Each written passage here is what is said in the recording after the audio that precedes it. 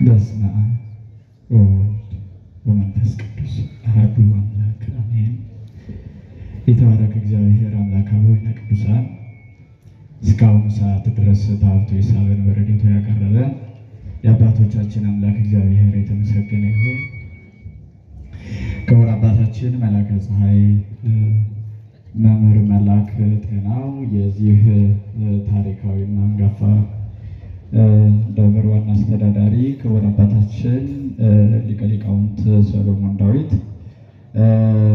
የሀገረ ስብከታችን የሊቃውንት ክፍል ኃላፊና የአራት ጉባኤያት መምህር፣ ክቡራን አበው አባቶች፣ የሀገረ ስብከቱ የየመምሪያ ኃላፊዎች፣ የወረዳ ቤተ ክህነቱ የየመምሪያ ኃላፊዎች፣ የአድባራትና የገዳማት አስተዳዳሪዎች፣ የሊቃውንት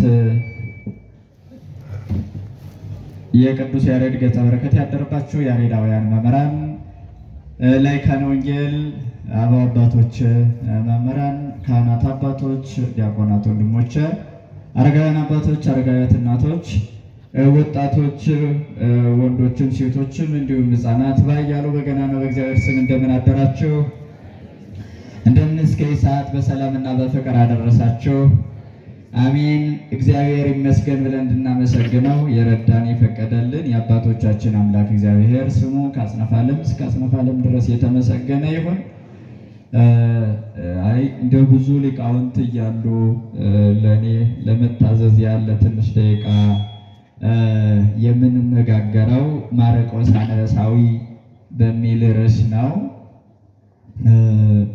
ያው ልዩ ስሙ የቅዱስ ማረቆስ አንዱ ርዕሱ ነውና ከዚያ ተነስተን የበለጠውን ታሪኩን ደግሞ በኋላ አባቶቻችን ያብራሩታል። እኔ ግን በዚህ ኃይለ ቃል እግዚአብሔር ቢወድና ቢፈቅድ ምስጢሩ ለአእምሮ ንባቡ ለጆሮ እንዲስማማ አድርጎ ቢያስተምረን የትምህርታችን መነሻ የሚሆነው ይሄ ነው። አንበሳዊ ማረቆስን በተለያየ የቤተ ክርስቲያናችን መጻሕፍት በተለያዩ መጻሕፍቱ ተርጓማያኑ እንዲህ ብለው ነው የሚገልጹት። ዘአንበሳ ማረቆስ ወደ ሁለት ጉዳዮች አሉት። እሱም አንስተን ነው የምንነጋገረው። የመጀመሪያው ለምንድን ነው እንዲህ የተባለው? እንደው ዘአንበሳ የተባለው አንበሳዊ የተባለው ሀሳቡ ምንድን ነው ብለን ስናነሳ የመጀመሪያው ታሪኩ ምንድን ነው ከተባለ ማረቆስ በክርስቶስ የትምህርት ዘመን ገና በልጅነቱ የሚታወቅ ልጅ የነበረ፣ ከዚያም በፊት በሕፃንነት የቆየ፣ በኋላ ግን እዚህ ሊቢያ አካባቢ ተወልደው አይሁዳውያን በተለይ በዚህ በስደታቸው ዘመን በመጀመሪያው ስደታቸው ቤተሰቦቹ ወደ ሊቢያ መጥተው እንደተወለደ ሊቢያ ውስጥ ተወልዶ ወደ ኢየሩሳሌም ተመልሰው እንደተወለደ ይናገራል። እንዲያውም ቤተሰቦቹ በጣም ባለጸጎች እንደነበሩ ነው የሚነገረው። ከዚያ በዘመነ ክርስቶስ አብሮ ሲማር ከቆየ በኋላ በመጨረሻ ላይ ትምህርቱን የጀመረው ሌሎቹ ደቀ መዛሙርቱ ትላልቆቹ ስለነበሩ ትምህርቱን በምላስ ስለተከታተሉ ሄደው እያንዳንዳቸው አገረ ስብከት ይዘው ሲያስተምሩ እርሱ በኋላም ከደቀ መዛሙርቱ ከሐዋርያትም ትምህርት እንደተማረ አባቶቻችን ይነግሩናል። ነገር ግን ክርስቶስ ካረገ በኋላ ለመጀመሪያ ጊዜ ማስተማር የጀመረው ከቤተሰቡ ነው እና አባቱ ከዕለታት አንድ ቀን ጫካ ውስጥ ከሱ ጋር እያሉ ሁለት አንበሶች ሊሰባብሯቸው ሲመጡ የእግዚአብሔርን ስም ጠርቶ አንበሳዎችን አስገረማቸውና ከአንበሳ አዳናቸው። አባቱ ጠየቀው፣ እንዴት ይህን ማድረግ ቻልክ ሲለው ክርስቶስ ያደረገለትን ክርስቶስ ከጽንስ እስከ ዕርገት ድረስ የሰራውን ምግባሩን፣ ትሩፋቱን፣ ትምህርቱን፣ የእጁን ታምራት፣ የቃሉን ትምህርት ነገረውና አስተማረው። አባቱን አጠመቀው ማለት ነው። ትምህርት የጀመረው በዚህ ነው። ስለዚህ ከዚህ ጀምሮ አንበሳዊ የሚል አንድ ስም ሰጡት ማለት ነው። ይህ መጀመሪያው ነው። በሊቃውንት አውድ በዚህ ወንጌላውያንን በመደብ ሲከፋፍሉ በአራቱ ኪሩቤል መድበው በዚህ በገጸ አንበሳ ማርቆስን መስለውታል። የሁለተኛው ሀሳብ ነው። ስለዚህ ከቤተሰቡ ጀመረና የትምህርቱን አውድ ያሳደገው ከዚያ ጀምረው ነው። ትምህርቱን ከቤተሰቡ ጀመረ፣ አባቱን አጠመቀ። ወደ እስክንድርያም እንደገባ ከዚያም በፊት ሌሎቹን ሀገሮች ሲያስተምር ሰንብቶ እስክንድርያ ሲደርስም ከትንሹ ከጫማ ሰፊው ካናያኖስ ነው የጀመረው። ይኸውላችሁ ወንጌል አንዳንዶቹ ከላይ ከነገስታቱ ጀምረው ወደ ታች አመጧት፣ አንዳንዶቹ ደግሞ ከታች ከተናቀው ማህበረሰብ ይዘው ወደ ላይ ያሳደጓት ማለት ነው። ከንጉሱ እስከ ታች እስከ ጽሙሱ ወይም እስከ ተቸገረው በአደባባይ እስከወደቀው ድረስ ወንጌል ተዳርሳለችና ማርቆስ እንደገባ ጫማው ያደረገው ጫማ ተቆርጦበት ወደ ርሱ ሄደ ይላል። ሄዶ ጫማውን ሲያሰፋ ጫማ መስቻው አናያኖስን ሲወጋው ኤስታውስ አለ። ኤስታውስ የምንለው ይሄ ምንድን ነው? በእኛ የእግዚአብሔር ስም ነው። ዝም ብለው ስሙን ይጠሩታል እንዳያውቁትምና የጠራኸውን ታውቀዋለህ አለው። አይ እንዲያው እንጠራዋለን እንጂ አናውቀውም አለ። ያንን ስም አድርጎ አስተማረው። የክርስቶስን ወንጌል በሚገባ ከነገረው በኋላ ወደ ቤት ወሰደው። ልጆቹን ቤተሰቦቹን በመላው አስተማረና ለመጀመሪያ ጊዜ ከጫማ ሰፊው ወንጌል ማስተማር። ስለዚህ በግልጽ ቤተክርስቲያናን በሌላ አነጋገር ከጫማ ሰፊው ጀምሮ የቤተክርስቲያናን ህብረት ከዚያ ጀመረው ማለት ነው። ከታች ይኸውላችሁ ከላይ ብቻ አይደለም። አንዳንድ ጊዜ እንዲያው ላይ ካሉት ከአባቶቻችን ከመነኮሳቱ ከሊቃነ ጳጳሳቱ እድገቱን ወይም ደግሞ የቤተ ክርስቲያኗን መሻሻልና ላይ መድረስ ወደ ቀድሞ ልዕልና መመለስ ከላይ እንጠብቃለን እንጂ አንዳንድ ጊዜ ከታችም ተነስቶ ወደ ላይ ይሄዳል። ሁሉም ለእያንዳንዱ ድርሻውን ከተወጣ ይኸውላችሁ ከዚያም በኋላ እሱን ኤጲስቆጶስ አደረገና እያሰፋት ይሄደ። እንደውም በዚህ በአውሮፓ ዓለም የሄዱ ሰዎችም እንደሚነግሩን እዚያም ያሉት ስናስተምር እንደሚያወሩን በሁለት በሶስት ሰዎች የቤተ ክርስቲያኗን ልዕልና ይጀምሩታል ማለት ነው። ሁለት ሶስት ሆኑ ከትንሹ ጀምረው ወደ ትልቁ ይወስዱታል። እና እንዲያውም ባለፈው እያወሩ 5 ሆነን ክርስትና ይኖራል ተብሎ የማይታሰብበት ሀገር ላይ ወይም ደግሞ እንዲያው በእነዚያ ሰዎች ቤተክርስቲያን ይሰራል ተብሎ የማይታመነው ላይ ቤተክርስቲያን ተመስርቶ አይተናል ማለት ነው። በስደት ይሄዱት እንዲያውም ወደዚያ ሲሄዱ እዚህ ሌባ ወንበዴ የነበረው እዚህ ቤተክርስቲያን አይመጣ አይሳለም አይባረክ የነበረው እዚያ ሲሄድ ኢትዮጵያዊነቱን ማስገድዶት የቤተክርስቲያን መስራች ሆኖ የምታዩት ብዙ ሰው አለ ማለት ነው። እና ማርቆስ አንበሳዊ ከዚያን ጀምሮ ከኢየሩሳሌም እስከ እስክንድርያ ድረስ ዛሬ ቅድም አባታችን መጋቢ ኃይላት እንዳነሱት ለሁላችን አባት በተለይ እንደዚህ ለአፍሪካው ምድር ደግሞ የተለየ አባት ሆኖ ለአፍሪካው ምድር መንበር የሚባለው የጀመረ ግብፅ ላይ ወንበሩን የጀመረልን መንበረ ማርቆስ የሚባለው ለእኛ ደግሞ በተለየ ማለት ነው። ለ1600 ዓመት ወደ 111 ጳጳሳት እስከሚመጡ ድረስ ማርቆስ አባታችን እስክንድርያ ደግሞ እናታችን እያን እንድንኖር ሆኗል።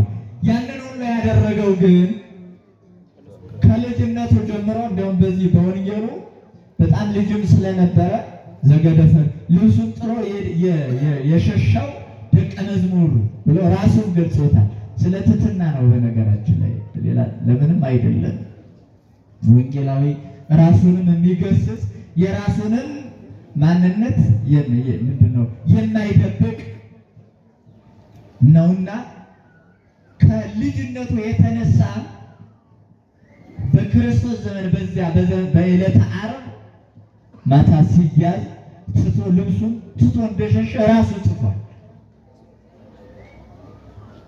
ራሱ ጽፎ እናየዋለን።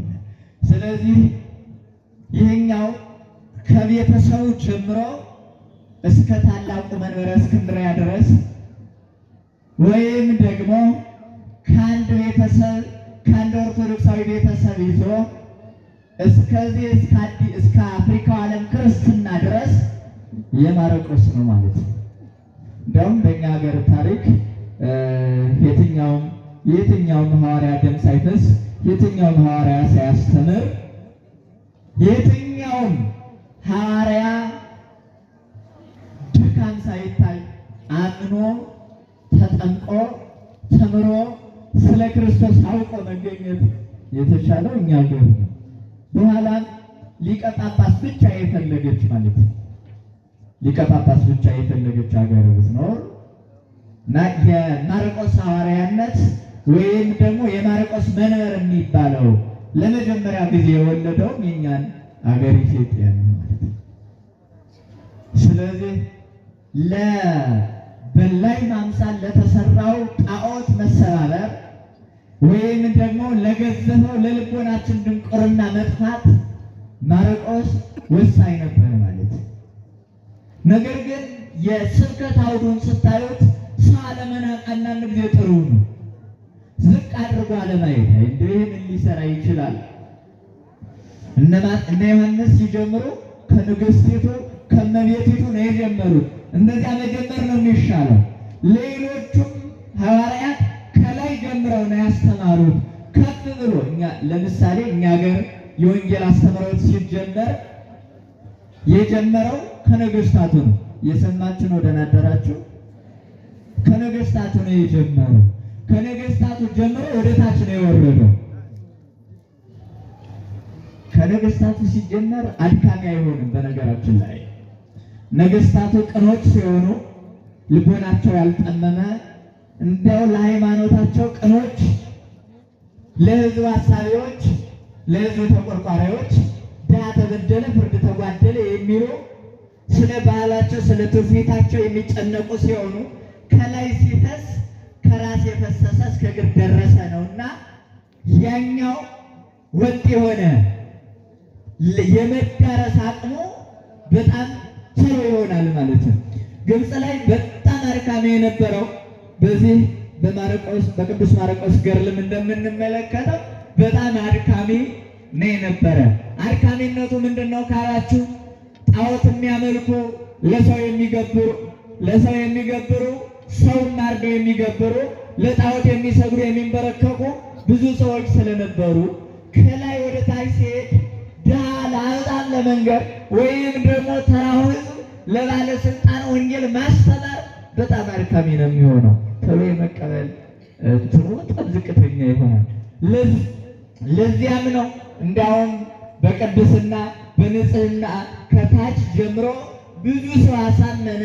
ከዚያ በኋላ እንዲያውም የማርቆስን ዜና ታምራቱን የቃሉን ትምህርት የእጁን ታምራት ሲሰሙ ብዙዎቹ በጠላትነት ሲነሱበት አባታችን ሕይወትህን እንፈልገዋለን፣ ሸሽተን ቆይ፣